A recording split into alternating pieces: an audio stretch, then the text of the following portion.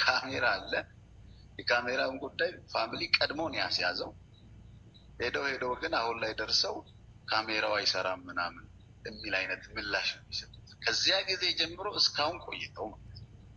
እነዚህ ነገሮች ስታይ ደግሞ የተያዘባቸው ነገር አለ። በገንዘብ ሊያስጠፍ ሞክሮ ማለት ነው። እኛ ልጅ ልጅ የተወለደችው በምዕራብ ሐረርጌ ሚጨታ የሚያልቅ ከተማ ነው። በትንሽነቷ ነው ትምህርት ቤት ገብታ እስከ ቢኤስሲ ዲግሪ በሃይድሮሊክ እንደ ወተር ሪሶርስ ማናጅመንት በአርባ ምንጭ ከተመረቀች ጀምራ አዲስ አበባ ነው የምትኖረው። አዲስ አበባ ውስጥ የተለያዩ ስራዎች ቢያንስ ኦሮሚያን ያስተዋወቀች፣ የባህል ልብስን ያስተዋወቀች፣ ፕሮሞሽን የሰራች ልጅ ነች። በዛ ልክ ዝቅ አልተከበረች። በዛ ልክ ማክበር ነበረበት ኦሮሚያ መንግስት ራሱ።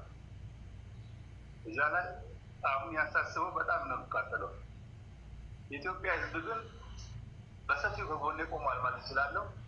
አንዳንድ የሚሯሯጡ ቢኖሩ እስከ መጨረሻው በህይወት እስካለ ድረስ እስከ መጨረሻው እሄዳለሁ ፍትህን ለማግኘት ማለት ነው። የሴቶች ጉዳይ አሁን ለምሳሌ ፍትህ አሁን ሴቶች ሞት በቀነኒ ላይ ይብቃ እንደማለት ሲገባ የህፃናት ጥቃት የሴቶች ጥቃት ማለት ሲገባቸው ከሴቶች ፍትህ አንድ የሆነ እንትን እንጂ ጎናችን የቆመው ማንንም አላየሁም። ሴቶችም አሉ፣ ኦሮሚያም አሉ፣ የኢትዮጵያ ሴቶችም አሉ። አንድ ሰው መጥቶ ቃል የሆናቸውን ድምፅ የሆናትን አላየሁም። እዛ ላይ መቆም ነበረባቸው፣ ፍትህም ማስቀመጥ ነበረባቸው። የአምቦዋ ልጅ እንደዛ ሆና ሞቶች፣ የባህር ዳሯ ልጅ እንደዛ ሆና ሞቶች፣ ቀነኒ እንደዛ ሆና ሞቶች። ሰው መርዳት ሲችል ማለት ነው። ድምፅ ሆኖ ቀነኒ ላይ ይብቃ፣ ቀነኒ ላይ ይብቃ በምን እንደሞተች እንዴት እንደተገደለች ሊነገረን ይገባል። አጣርቶ እስከ መጨረሻ ዲቴል ኢንቨስቲጌሽን እያንዳንዱ ስቴፕ ዲቴል አድርጎ ቀነኒ የቀነኒ ፍትህ ይሄ ነው የሚለን እንፈልጋለን። የሚታዩ ሩጫዎች አሉ የማይመቹ። አሁን ይሄ ነው ብዬ በፖሊስ እጅ ስላለ ይሄ ነው ብዬ የማልነግርህ፣ ያንን ደግሞ እስከ መጨረሻ ሄዶ ፍትህ ሊሰጥ ይገባል። ቀነኒ ላይ ሞት መቆም አለበት። የሴቶች ጥቃት፣ የህፃናት ጥቃት። ቀነኒ ገና ዛሬ 25 ዓመቷ ነው። የሚመጣው ሐምሌ 7 25 ዓመቷ ነው። ቀጫት እኔ መኪና አይደለም የገደለት፣ መኪና ቢገላት ይህን ያለ የቆጨኝ ነገር። ትክክለኛውን ፍትህ ፈልጋለሁ። ትክክለኛው ቤተሰብ አይደለም ሀገር ነው የሚፈልገው ብቻ አይደለም። እዛ ላይ መቆም አለበት። በተደጋጋሚ ህፃናት ከሌ ሞተች የአንድ ሳምንት ወሬ መሆን የለበትም። መቆም አለበት ሞት። እውነተኛ ፍትህ አግኝቶ ቤተሰብ በሰላም ወደ ቤቱ መመለስ አለበት። በቃ ሁለት ነገር ከዚህ በኋላ ቀነኒ ዘመድ አትሆነንም፣ ግን ሁለት ሞት መሞት የለብንም። ቀነኒንም የለብንም። እዚህ ላይ ከጎን ልትቆሙ ብቻ ነው ፈልገው።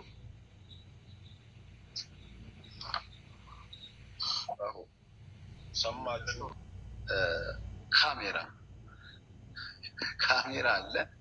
የካሜራውን ጉዳይ ፋሚሊ ቀድሞን ያስያዘው ሄደው ግን አሁን ላይ ደርሰው ካሜራው አይሰራም ምናምን የሚል አይነት ምላሽ ነው የሚሰጡት። ከዚያ ጊዜ ጀምሮ እስካሁን ቆይተው ማለት ነው።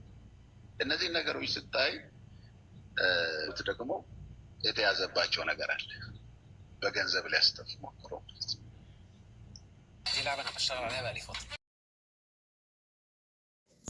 ሰላም ውድና የተከበራችሁ የጂማ ሚዲያ ቤተሰቦች እንዴት ናችሁ? ሰላም ናችሁ? አዜብ ነኝ ከጂማ ሚዲያ።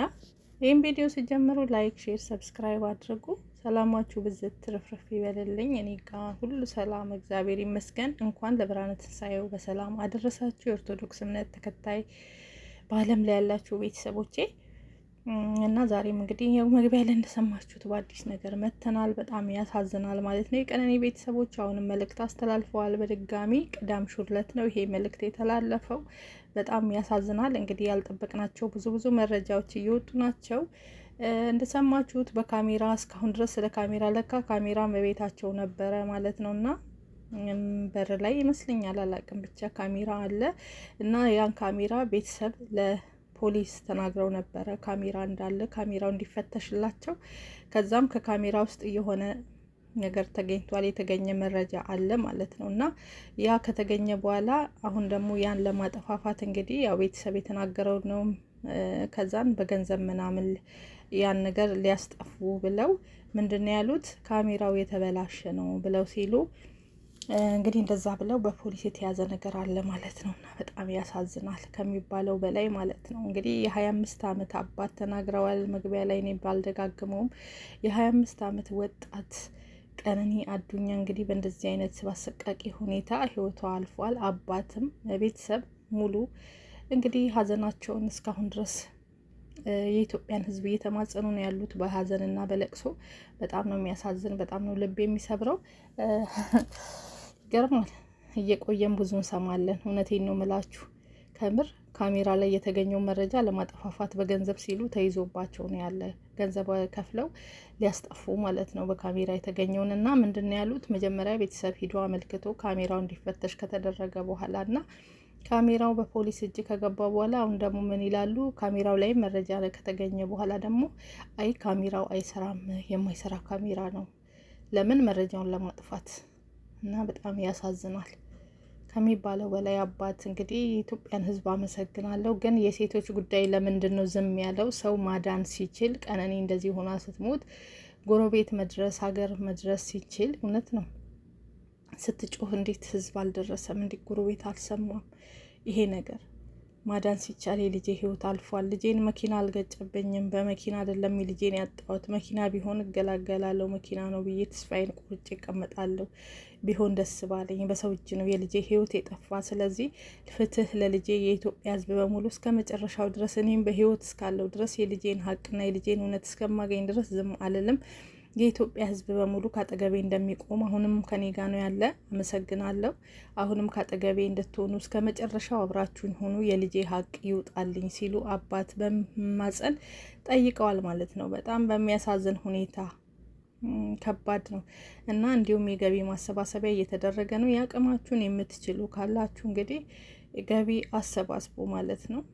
ያላችሁን $5-10 እርዷቸው ለእኚህ ቤተሰብ ማለት ነው። ብዙ ነገር ያስፈልጋል ወደ ህግ ሲኬድ ማለት ነው። ያለው ይመዛል፣ የሌለው ይፈዛል ነው ነገሩ። እና በጣም ያሳዝናል። ከባድ ነው እውነት። እንግዲህ ተጨማሪ ሌላ እኛ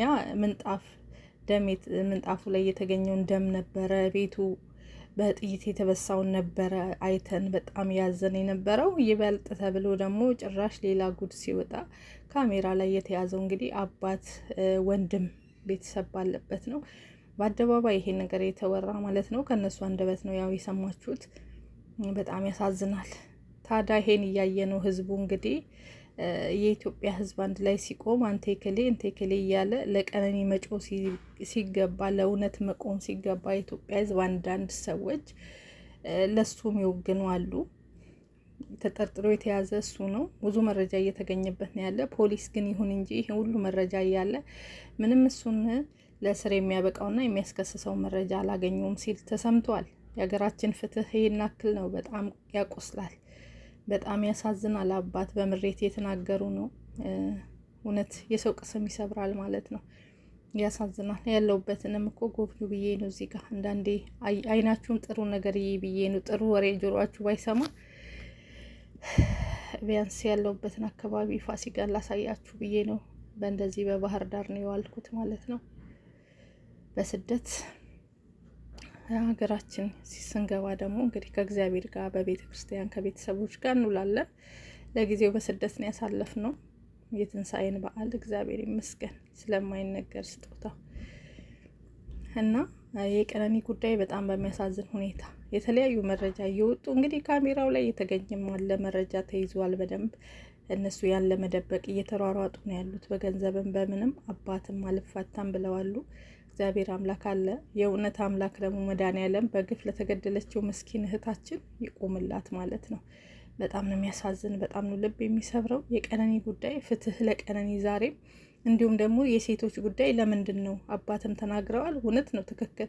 እኔ የምለው በፊት ለሄቨን ስንጮህ የሴቶች ጉዳይ ካበቅልሽ ጋር አልነበሩም እንዴ? ዛሬ ለምንድን ነው ከቀነኒ ጋር ያልነበሩት? ምን ፈርተው ነው?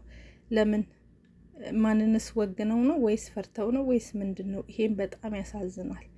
አባትን በጣም አዝነዋል፣ ተናግረዋል። አንድ የሴቶች ጉዳይ የሚባል አንድ መቶ ለቀነኒ ድምጽ ሲሆን አልሰማውም፣ አላየውም። በኦሮሚያም በአጠቃላይ በኢትዮጵያ ውስጥም አሉ የሴቶች ጉዳይ የሚባሉ ግን አንድ ሰው መቶ ሲተነፍስ አላየውም። በጣም አዝኛለሁ ብለዋል። እውነት ነው፣ ያሳዝናል። ለምን እሱ ዘፋኝ ስለሆነ ተፈራ፣ እሷስ በጣም ነው የሚያሳዝነው። የእውነት ቅስም ይሰብራል ይሄ ነገር ማለት ነው። ፍትህ ማለት ካለብን ብሔር፣ ጎሳ፣ ሰፈር፣ መንደር ሳንለይ ለእውነት እንቆምና ለተበደሉ እህቶቻችንን ፍትህ እንበል። ይብቃ በቀነኒ። አባትን ብለዋል፣ እኛም እንላለን። በቃ ሞት በቀነኒ ያቁም። ፍትህ ለቀነኒ ዛሬም ነገም። እኛም ከተበዳይ ጎን ነኝ። እኔ በራሴ በኩል ፍትህ ለቀነኒ እፈልጋለሁ። እውነትን ማወቅ እንፈልጋለን።